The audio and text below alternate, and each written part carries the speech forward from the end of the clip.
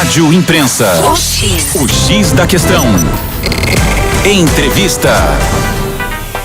Confirmando 18h33. Em um cenário dominado pelas redes sociais, a comparação constante tem se tornado um dos principais gatilhos para ansiedade, frustração e outros problemas. A ideia de medir a própria vida a partir do outro cria uma sensação permanente de insuficiência. Inspirado em conceitos como o do livro 12 Regras para a Vida, o psicólogo Thomas Ivazaki propõe uma mudança de perspectiva, trocar a comparação pelo desenvolvimento pessoal contínuo. Sobre esse assunto, nós vamos conversar com ele aqui hoje nos estúdios da Rádio Imprensa. Muito obrigada, doutor, por sua participação. Obrigado pelo convite, é uma alegria estar de volta aqui com você. Já fazia um tempo que eu não voltava aqui, que bom que estou de volta. Seja bem-vindo. Doutor, primeiramente, por que a comparação se tornou algo tão comum nos dias de hoje? Tá. A comparação sempre foi inerente ao ser humano, ela não é só atual, ela potencializou atualmente porque a gente teve acesso a mais informações e a mais pessoas, né? Antigamente o nosso mundo era muito limitado. Mas o primeiro assassinato nos primórdios bíblicos, ele foi por causa de comparação. Foi por causa que Deus aceitou o culto de um e de outro não. Então a comparação sempre esteve no ser humano. E ela é importante também para desenvolver várias coisas. Desde pequeno a gente compara na escola, tem a listinha lá dos melhores da turma, depois você vai pro trabalho lá, tem lá, se você for no restaurante, tem lá os melhores funcionários, funcionário do mês e por aí vai. Nos esportes você tem o primeiro, o segundo e o terceiro colocado. Então a comparação, ela não é um problema em si. Ela na verdade, ela estimula você a desenvolver, a crescer. Então a questão é você desenvolver identidade para saber o que comparar e como comparar. O Jordan Peterson traz nesse livro aí que o nosso cérebro ele comete um erro muito crucial, que é, normalmente a gente escolhe um ponto para se comparar. Então a gente vê a pessoa às vezes melhor, com poder aquisitivo do que a gente começa a se martirizar. Puxa, por que eu não tô nessa situação? Por que eu não tô melhor? Mas a gente não olha o todo. Será que ela tá com um casamento estruturado? Será que os filhos delas estão bem educados? Será que a vida emocional da pessoa tá equilibrada? Será que a vida espiritual da pessoa tá equilibrada? Não, a gente não olha o todo. A gente olha só um pontinho ali e a gente quer comparar somente aquele ponto e a gente deixa de valorizar aquilo que a gente tem para começar a valorizar aquilo que a gente ainda não tem. E aí, uma das regras que ele vai trazer ali no livro, né, para poder combater com isso é: compare-se a si mesmo com quem você foi ontem e não com quem outra pessoa é hoje. Então ele tenta trazer isso aí mais para você desenvolver a identidade. Quando você sabe aquilo que você é bom, e aí vem um alerta para os pais, porque a nossa sociedade não sabe fazer isso. Então desde pequeno nas escolas, o nosso cérebro é formado para se comparar de uma maneira disfuncional. Então funciona mais ou menos assim. O sistema educacional no Brasil: você tem várias matérias, você tira notas boas em uma e nem tantas em outra. Normalmente você foca aquilo que você foi abaixo da média para você poder subir, para você poder passar de ano, certo? O que acontece? Você deixa de focar naquilo que você é bom para focar no que você é ruim. Você sobe naquilo que você é ruim, mas automaticamente você cai um pouco naquilo que você é bom, tornando uma pessoa mediana, medíocre. O ideal seria eu identificar aquilo que você já é bom e focar no que você é bom, para que você fique melhor ainda, e não naquilo que você é ruim. Então outros países já têm essa mentalidade, eles já começam a conduzir desde pequeno: olha, ele é bom nisso e nisso, então vamos focar nisso. Então ele vai ter matérias mais voltadas para essa área que ele é bom, e as que ele não é tão bom, a gente vai trabalhar ali o básico para ele não ser ignorante naquela área, mas nós não vamos deixar de focar aquilo que ele já é bom. Esse deveria ser o foco. Então às vezes você forma em alguns países fora, na hora de você receber o diploma, lá tem lá escrito: olha, ele formou, mas a especialidade dele é nessa e nessa matéria. Nessas aqui ele não é tão bom. Doutor, a comparação positiva, ela é possível? Com certeza, o tempo inteiro. Como é que funcionaria isso? Quando você entra num esporte, você se compara com quem tá no topo. Então, assim, eu quero ser o melhor para poder chegar naquele nível de dedicação, de disciplina. Então, várias pessoas falam que o esporte salva a vida, e de fato salva. E quando a pessoa não chega, não alcança o objetivo? Então, aí vem os pais trabalharem a identidade. Porque daí, quando eu consigo trabalhar a minha identidade, eu consigo encontrar outros meios. Por exemplo, às vezes eu não consegui ser um jogador de sucesso, mas aí eu fico mais velho e me torno um técnico de sucesso. Eu me torno, às vezes, um comentarista de sucesso. Aí entra a aceitação nesse caso, como é que é? Depende, não dá pra gente generalizar. Conformismo, acho que o conformismo é muito depreciativo, né? Você fala, não vou chegar mesmo, mas tá bom onde eu tô, tal. Pode ser isso? Como é que é? Não dá pra gente generalizar, tem que pegar cada caso, né, pra gente saber por que a pessoa às vezes não conseguiu desenvolver naquilo ali, mas a gente precisa ter aquela sensação de realização. Então, nosso esforço, nosso empenho serviu de quê e pra quê? Porque a frustração é essa. Me dediquei tanto tempo, eu conheço várias pessoas que se dedicaram ao futebol ali, não alcançaram ali o sucesso, mas às vezes eles se encontraram em outras áreas. E aí volta a falar, tem várias áreas ali que a gente tá deixando de focar, como espiritual, emocional, e a gente foca só em uma área. Eu não fui muito bem sucedido nessa área profissional, quer dizer que minha vida tá arruinada? Não. Às vezes tem uma família bem sucedida, você tem filhos bem educados. Então não é um conformismo, pô, sou fracassado, isso aqui tá bom, não consegui. Não, eu tenho outras áreas que fui mais bem sucedido que talvez aquele competidor. Recentemente eu fiz um vídeo falando sobre o Maurício Shogun, que foi o maior lutador de UFC, foi do Pride e tudo mais. E ele foi muito inteligente, porque ele não só ganhou dinheiro, como ele soube investir. Então, ele fez render muito mais. Mas perguntaram pra ele, qual que foi a sua maior derrota? Ele falou, meu casamento, e meu divórcio. Então, sucesso vale essa perda, esse fracasso? Então você trocaria de lugar com ele? Você tá entendendo? Então as pessoas estão aqui, cara, eu não fui aquele lutador de sucesso, mas me tornei alguém bem sucedido em outras áreas. E a comparação hereditária? A pessoa fala, por que você não é igual ao seu pai, né? Por que você não joga futebol igual ao seu irmão? Por que você não toca violão igual a sua mãe? Esse tipo de comparação, até que ponto ela é prejudicial, né? Que chega até a sinalizar uma depreciação. Já vi muitos pais fazerem isso. Das pessoas, né? Por exemplo, chegar no filho do Pelé, porque você não jogou bola igual ao seu pai, né? No filho do Messi, né? No filho do Roberto Carlos, por que você não, né? Não fez sucesso igual ao seu pai? E você tocou num ponto crucial, que é muitos pais colocarem expectativas nos filhos para assumir um personagem que talvez eles não são. Isso acontece muito em empresários. Às vezes o pai constrói uma empresa gigantesca com muita responsabilidade e quer que o filho assuma aquilo ali. E o filho às vezes não quer. E aí gera um problema e uma tensão gigantesca. Existem maneiras e mecanismos para você estimular o filho a querer desenvolver em outras áreas.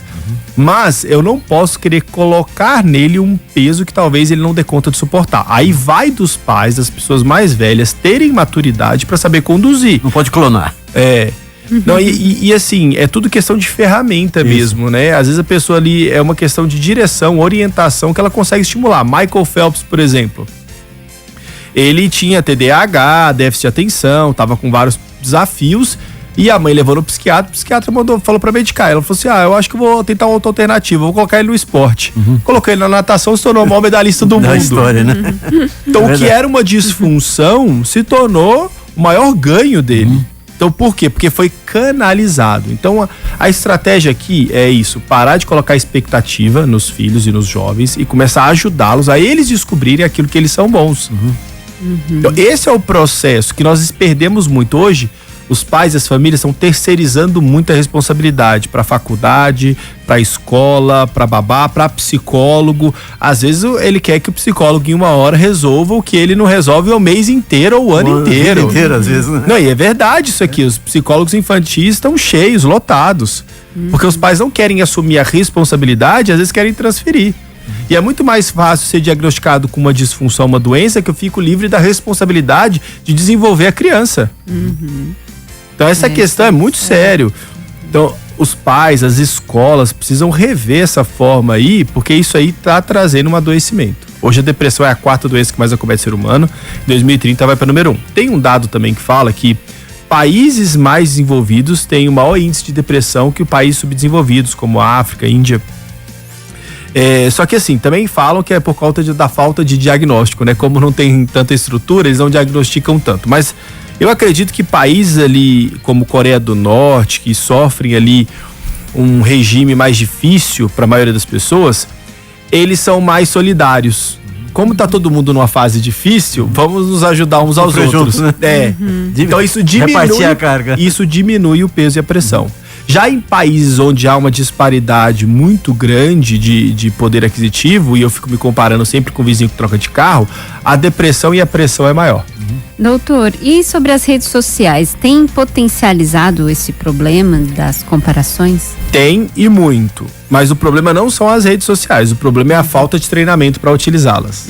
Ela veio muito rápido e a capacidade dos pais de entender como é que isso funcionaria no cérebro demorou para acordar, e muitos hoje ainda nem têm noção. Então já é comprovado que o estímulo constante às telas desde pequeno já desenvolve comportamentos como TDAH, como autismo. Às vezes a criança nem tem, ela só desenvolveu o comportamento mediante a quantidade de exposição a telas. Então a internet ela veio para isso, ela trouxe muitos benefícios também, ela acelerou a comunicação, a informação, então ela trouxe, não dá pra gente falar só os prejuízos, mas nessa questão de comparação ela trouxe sim, o Denzel Washington uma vez falou, antes a gente queria ser bem quisto pelas pessoas da nossa sociedade. Agora a gente quer ser bem quisto pelo mundo inteiro. A gente quer que todo mundo curta aquilo que a gente faz. Então a gente contabiliza pelos likes, né? Se eu tenho 100 mil likes, eu sou alguém de importância, de relevância. Se eu não tenho, eu não sou. A evolução econômica, né? E a tecnologia, doutor, né? Como é que elas influenciam nessa questão aí que... Eu li um artigo, eu tenho recortado lá em casa esse artigo, foi da Folha, falando exatamente que a facilitação hoje da tecnologia, da evolução econômica, tem deixado as pessoas muito, muito, muito folgadas, né? Dizendo, não corre mais atrás de sonho, tá tudo na mão, né? E tem a ver, né, com essa questão? Como é que é isso? Eu me coloco como exemplo, né? Eu sou péssimo para decorar o caminho, porque eu sei que eu tenho GPS. Aí, então eu não fico... Começou. Você não leu esse artigo? Não li, não. Mas quando não tinha calculadora, as pessoas faziam muito mais conta de cabeça. Ponta no lápis, né? Tinha que botar o raciocínio para funcionar. Então a facilidade, de fato, ela vai desenvolver uma preguiça. Tanto que tem aquele filme da Disney, Wall-E, que o futuro é um monte de gente gorda, sentada numa cadeira, só assistindo uma tela e comendo. Então, e isso traz para nós uma reflexão que a gente está dessignificando as coisas. Como se o trabalho fosse um peso, tudo a gente está fazendo porque não quer, só pelo salário, e não traz aquela alegria de, puxa, eu tô contribuindo com a sociedade, com algo que eu sou bom. Eu, por exemplo, sou de uma geração que a gente fabricava os brinquedos da gente. Pronto. Né? Tinha que fazer. Não tinha loja de brinquedo. E nem pai para comprar, né? Quando tinha loja, não tinha o pai para comprar, né? Por isso a importância... Botava o raciocínio para funcionar. Mas por isso a importância dos pais assumirem a responsabilidade de serem referenciais. Isso. E aí, se o filho vê o pai a vida inteira... Vou dar dois exemplos aqui para vocês entenderem, tanto que isso é bem comum na vida do brasileiro. Se o filho vê o pai todos os dias acordando cedo, indo trabalhar o dia inteiro e voltando tarde, reclamando do trabalho, você acha que esse filho vai querer trabalhar? Não vai querer. Não vai. Exatamente. Outra coisa, quando a mãe tá lá lavando louça ou varrendo a casa e a filhinha fala que deixa eu ajudar, mas você sabe que ela vai só atrapalhar. E a mãe fala, não, menina, você não dá conta não. E ela faz e faz reclamando, essa menina quando crescer ela não vai querer fazer também.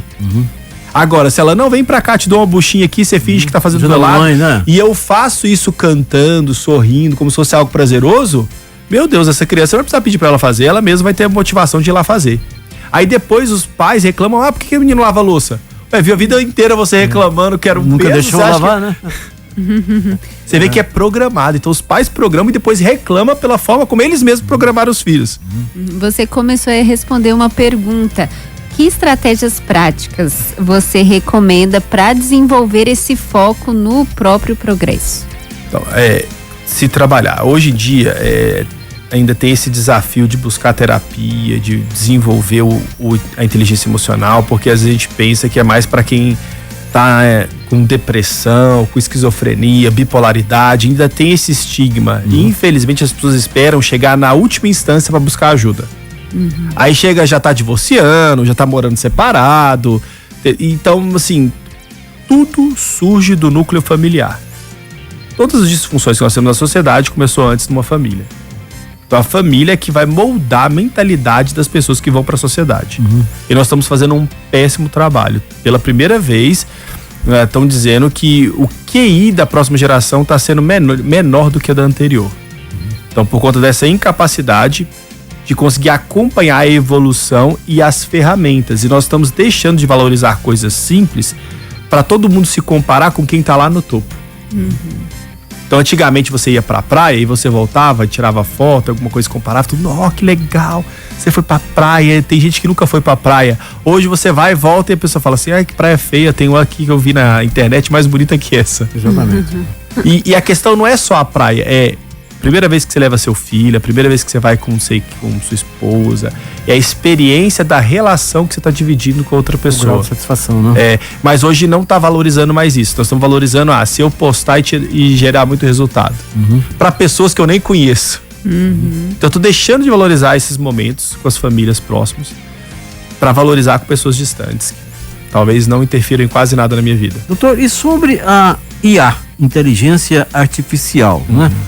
Surgiu como um bicho, um monstro, agora as pessoas já estão tão acostumadas, né, com a inteligência artificial, estão usando até nas atividades domésticas, né?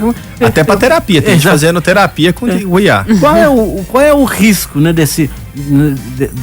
dessa parceria com a inteligência artificial? Eu sempre falo, a internet, a IA não é o problema, tá? Ela aparece como solução para algo. O problema ele vem antes, que são as disfunções familiares. Então nós estamos com tanta dificuldade de nos relacionarmos bem, de eu lidar com o seu defeito, você lidar com meus erros, a nossa incapacidade de construirmos relacionamentos saudáveis está fazendo as pessoas preferirem se relacionar com máquinas. Porque a máquina só te elogia, não tem dor de cabeça, não tem dia ruim, ela vai responder tudo que você pede na hora que você pede, só que ela não tem alma, não tem sentimento e não tem emoções. Doutor, a falta de gratidão tem um pouco a ver com esse excesso de comparação? Será que se as pessoas fossem mais gratas pelo que têm, diminuiria essa ansiedade, essa depressão aí? Gratidão é igual eu falei, é treinado. Então, desde pequeno, se eu vejo meus pais sendo gratos pelo que eles têm, mas o que está acontecendo não está sendo isso. Eu já estou vendo meus pais não tão gratos pelo trabalho, não tão gratos às vezes pelo casamento, o índice de divórcio só aumenta. Então, como que eu vou desenvolver? Então, às vezes eu atendo pessoas jovens no consultório, e aí os pais falam assim, não, mas meu filho não reconhece que ele está errado. Aí eu pergunto, ele já te viu alguma vez reconhecer que você está errado? Aí ele fala, não. Eu falei, você quer que seu filho tenha mais maturidade do que você? É isso que acontece quase todos os dias. Então eles estão exigindo algo dos filhos que nem eles praticam. Então, se a gente não repensar o nosso modelo de família, de educação, o que está acontecendo hoje com a IA, para ela isso é ótimo, a disfunção familiar. Por quê? Porque daí todo mundo vai para ela, vai consumir dela, vai ficar dependente dela, igual eu fico dependente de GPS. Antigamente a gente parava, né? Onde é o caminho tal? Qual que é a rua tal? Como é que eu faço para chegar no armazém ali e tal, né? Hoje é só apertar uma tecla, né? Agora, isso é ruim pro ser humanamente falando, é ruim. Se a gente não desenvolver ferramentas para se relacionar melhor, é ruim, é péssimo. Porque daí, antes, quando eu dependia, por mais que eu não gostasse da pessoa, eu precisava dela. Hoje eu já não preciso mais. Então, a cidadezinha pequena, eu brigava com o meu vizinho, meu carro quebrava, ele era o único mecânico da cidade. Ou eu ficava sem carro, ou ia lá pedir desculpa pro irmão lá. Acertar com ele. Ô, meu amigo, me desculpa aquele dia, tem como você arrumar meu carro? E aí você se acertava. Então, isso forçava a sociedade a depender mais um dos outros.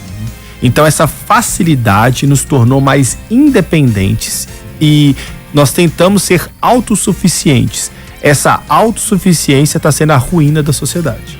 E sobre a competição, doutor, né? Que existe nas famílias, né? Nas empresas, nas escolas, não é? Uma disputa, digamos assim, pelo espaço, né? Um querendo o pódio, né? O pódio é só um, tá na Bíblia, inclusive, né? É só como é que trabalha isso, né? Como a família pode trabalhar? Então, a família tem 4 filhos, né? Certo. Cada um tem uma personalidade, cada um tem um perfil, um temperamento e tal, mas às vezes o pai e a mãe quer que o irmão seja igual ao outro, ou até melhor, né? Como é que é isso? Quando os pais não tratam os traumas e colocam a expectativa nos filhos, esse é o problema. Então, por exemplo, às vezes o pai queria ser médico e não conseguiu. Aí ele tem um filho para se realizar no filho. Ele vai destruir o filho. Na grande maioria. Ou compara com o irmão. Mas não é igual. Já é comprovado. Nasceu gêmeos, eles têm necessidades diferentes, temperamentos diferentes. Então eu preciso desenvolver ferramentas e mecanismos. Aí entra terapia, entra cursos, entra informação que antes não tinha nem isso. É uma loucura, né? Antigamente a gente não tinha tanto acesso à informação, mas as pessoas eram mais saudáveis do que hoje. Por quê? Porque existia um consenso social mais rígido entre princípios e valores. Se alguém fazia algo errado, todo mundo já contava um pro outro e essa pessoa já era meio que excluída. Hoje não tem muito essa ligação, tanto que você pode morar 15 anos num apartamento e você não conhecer seu vizinho.